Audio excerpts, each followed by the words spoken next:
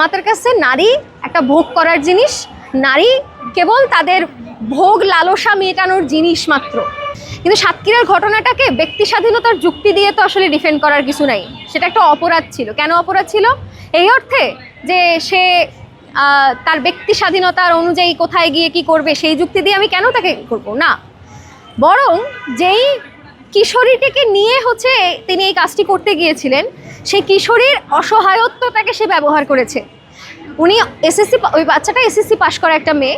তাহলে ভাবেন যে বাংলাদেশের মানুষের অর্থনৈতিক অবস্থা কোথায় গিয়ে গড়ালে একজন কিশোরী বাধ্য হয়ে এরকম একটা কাজে যাচ্ছে। তাহলে আমার যেটা দায় কি, আমার দায় হচ্ছে যে আমি যদি একজন দায়িত্বশীল মানুষ হতাম তাহলে কি তার অসহায়ত্বকে পুঁজি করে আমি তাকে ভোগ বাসনা করার চিন্তা করতে পারতাম না।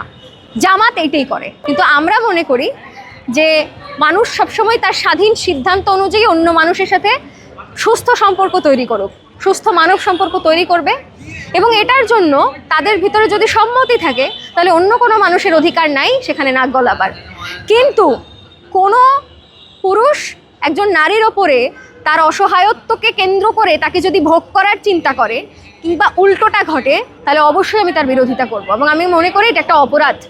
সে একজন মাইনর একটা বাচ্চাকে এই ধরনের কাজে নিয়ে গেছে, তার বিরুদ্ধে তো রেপ কেস হওয়া উচিত, আমি সেটা মনে করি। কিন্তু সাংসদ হওয়ার কারণে বাংলাদেশের পার্সপেক্টিভে তার বিরুদ্ধে বহিষ্কারের নাটকের বাইরে আসলে কিছু করা হয় না। ফলে আমি এটার নিন্দা জানাই এবং আমি এই রাষ্ট্রকে ধিক্কারও জানাই যে এখনো পর্যন্ত এই সাংসদ হইলে যে সে 7 খুন মাফ হয়ে যাচ্ছে এইরকম একটা সিস্টেম এখনো তারা বজায় রাখছে। নর এবং নারী যে মানব সম্পর্ক, সেই মানব সম্পর্ককে প্রভু এবং দাসীর সম্পর্ক হিসেবে দেখে।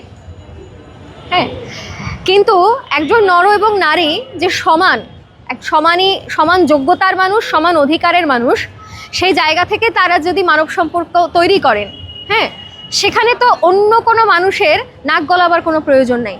যে প্র্যাকটিসটা তারা করেছেন এবং এই প্র্যাকটিসটাই বুমেরাং হয়ে তাদের দিকে ফিরে এসছে সাতক্ষীরার ঘটনায়, যেটা আমরা দেখলাম।